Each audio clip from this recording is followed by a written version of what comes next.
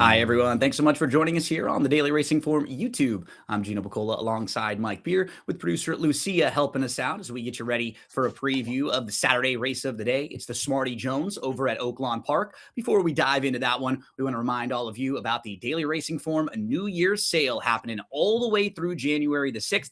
You get 15% off when you use that coupon code NEW2026 over at shop.drf.com. I'm sure for Gulfstream Park, for Santa Anita, you'll need help with some of those clocker reports, which you can get every racing day. You can save now during that sale.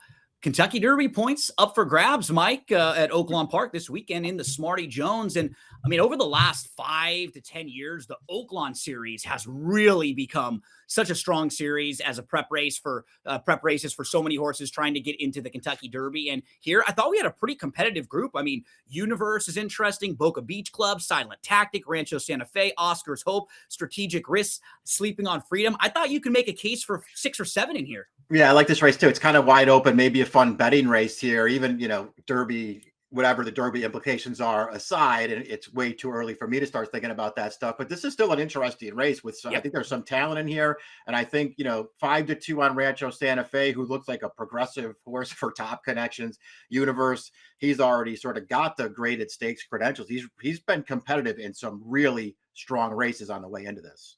Let's see what Timeform US thinks about this race, how it'll shape up with the pace projector. They've got Universe on the front end, which is kind of interesting because if you look at his running style, he has kind of been, I guess, versatile. He's shown different styles in his last few. He came from way out of it last time out. 2 starts back, he was sitting closer. I don't know if I expect him to be on the lead when you have a horse like Starship, who's stretching out from some sprint races, maybe a horse like Oscar's Hope, who also wants to sit close. So I think from the inside, Rosario probably has some options with Universe, but I don't know if he's going to be on the lead. I'm kind of with you there, Gene. I mean, I don't know that I agree with this pace projector that much, although I get fast pace, maybe. I don't know. Universe he was involved on a pretty competitive pace 2-back. I know the street sense doesn't look like they were going fast in there, but that pace was competitive. Yeah. And he was part of it. He just got totally outrun last time. He was also outpaced in the 1-turn Champagne. So I don't know what you're going to get from him as far as running style goes, but the 6 and the 8 both have speed. The 2 has been showing speed on turf, but maybe he'll bring that speed over to the main track. The 3, Boca Beach Club, his 2 races are 5 and 5.5. He's stretching out around 2 turns here. He could show speed in this race. I don't know. It was hard for me to tell what was going to happen early. Yeah, I agree. Based on the pace scenario, just based on the competitiveness of the race, I thought it was really fun to dive on into. Let's meet the field here for the Smarty Jones. $250,000 up for grabs. This is going to go as race number 10 on Saturday. And remember, you can get free past performances for the Saturday race of the day at DRF.com. We start out with Universe, and he's 3-time graded stakes placed already, Mike. He looks like the class of the field. He's still looking for that first big bust-out win for him, though. He broke his maiden, and since then, he's been minor awards in some of those graded stakes. He did just lose to a horse named Further Ado. Our colleague Marcus Hirsch has Further Ado ranked number 5 on the divisional rankings as far as the newly turned 3-year-olds as of this race. So, I mean, he did lose to a pretty nice horse who's now had back-to-back really strong victories. So, I mean, I think he's one of the top contenders in this race. He fits pretty well here. Yeah, I agree. And I'm happy. We'll see how good he ultimately turns out to be. I'm happy to look at him as the horse to beat in this race just because of, the races that he's running and how he's acquitted himself in those spots. I'll say this, I thought his street sense the first time around 2 turns, I thought he ran really well there. Again, I just thought that was a super competitive pace. The winner came from last to first to win it. The race basically fell apart around him. And he was still around for second. So I thought he ran well that day. He was second again last time. I don't think he ran quite as well in that race. I don't know if you agree with that or not, but to me, that race kind of felt like it was falling apart at the end. And he was just picking up pieces. He never looked like he was going to win to me. And he sort of got into second lane. I don't know, man. I'm conflicted about how much I like him, but I won't argue with him in this spot.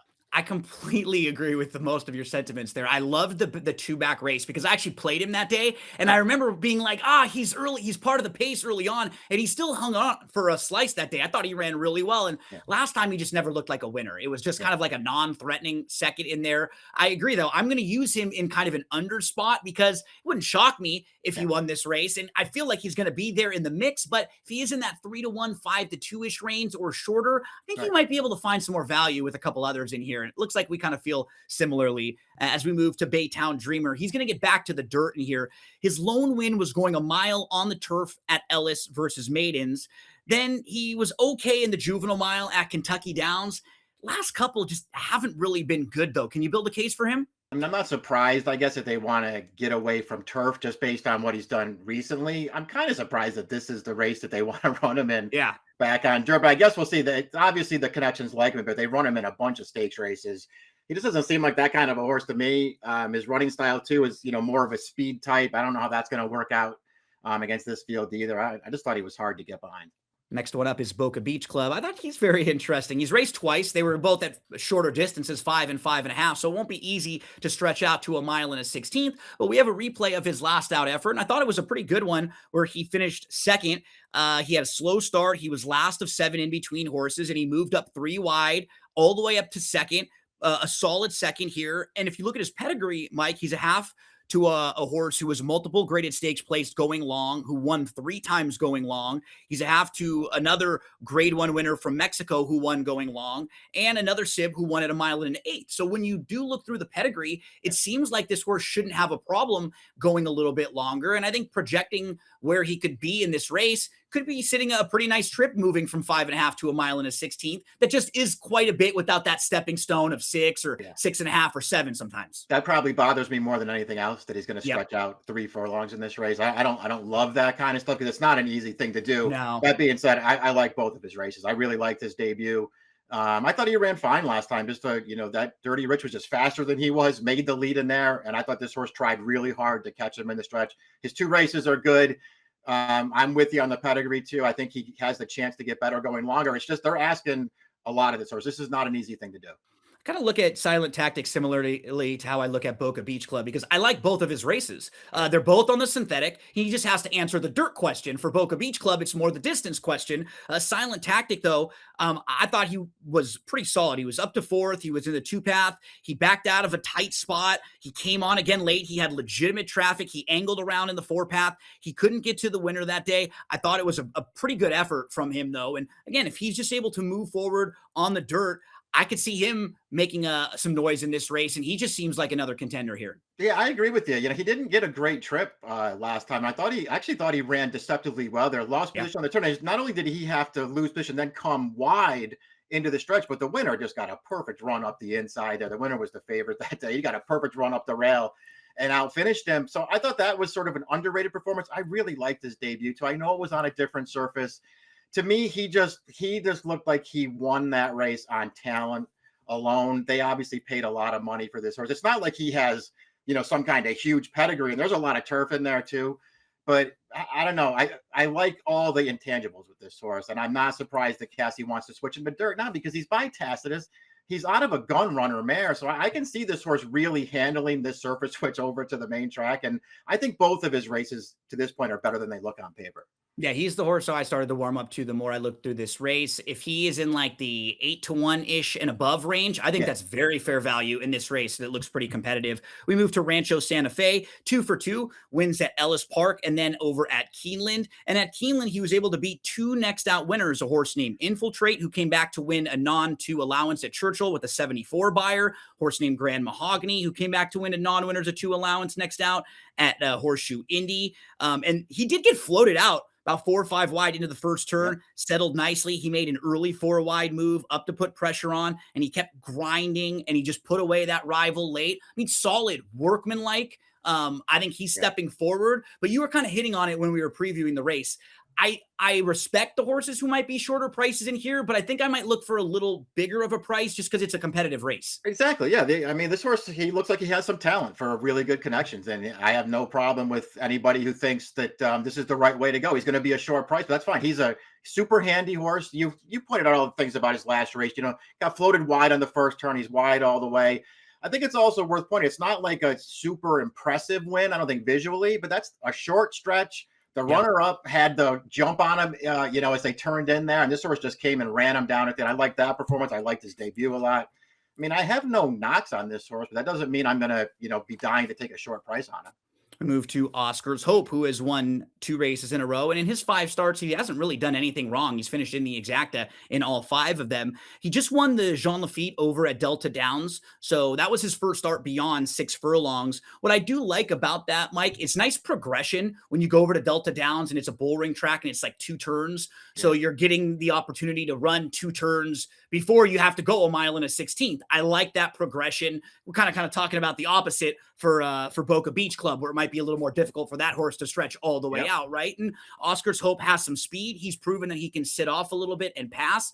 I think he's a solid horse right now. He's going to step up, and we'll see how good he really is against this group. But I think he's kind of in the mix if you were looking for a little value in here. No doubt about it. You're right. I mean, I think we will find out a lot more about him in here, but what is there really to knock about this horse so far? And it's not like, his wins or his races early on, the sprints, he was in some good races, man. I mean, I thought he ran well in his debut. That Golden Tornado for Gargan. I thought he was one of the more impressive 2-year-olds that we saw at Saratoga this summer. Something obviously happened to him. He hasn't run back since that race, but he was really impressive. And this horse ran fine in that race. He wins his next start at Saratoga easily. Both of his races after that sprinting, they're good performances. He was 1-5 last time. He was supposed to beat those horses, but he did it around 2 turns and he did it easily. He's 8-1 on the morning line. That seems like a very fair price to me. Yeah, and if you were worried maybe about a horse that was coming from Delta Downs and you're worried about the competition, just keep in mind, this isn't like a Delta horse. This isn't like a Louisiana horse that was over there. This horse started at Saratoga, has run at Keeneland and at Churchill Downs, just went over to Delta Downs because Tom Amoss sends horses over there plenty of the time to win stakes races, and he had a good group of 2-year-olds. He was kind of splitting them up and spreading them around. This horse has some ability. We move to Strategic Wrist. This is a Florida bred. He is a horse who really took a nice step forward in his most recent start, earned a big speed figure, strong buyer going a mile and a 16th. My concern though, Mike, that was against Florida breds, and the races against Open Company hasn't really been as competitive in those starts. Maybe it was just going long on the dirt. That's what this horse wanted, and that's why he improved so much. I kind of go back and forth with him. He still should offer you some decent value in here. Yeah, I think that's the one thing that you have to consider.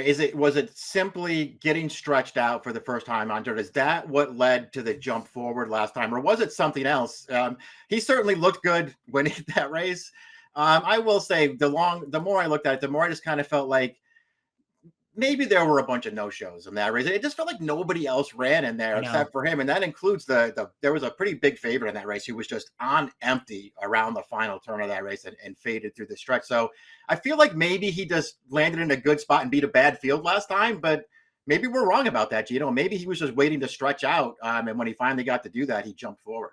Up next, it's the Louisiana bred Scholarship. Going to add the blinkers. This guy will stretch out from 6 furlongs. He has been 7 furlongs previously. That was on a wet track. And if you look at his overall body of work, probably going to expect some speed from him where he's been forward in some of the sprint races, and they add the blinkers. So maybe that does really signal where they want to go on Saturday.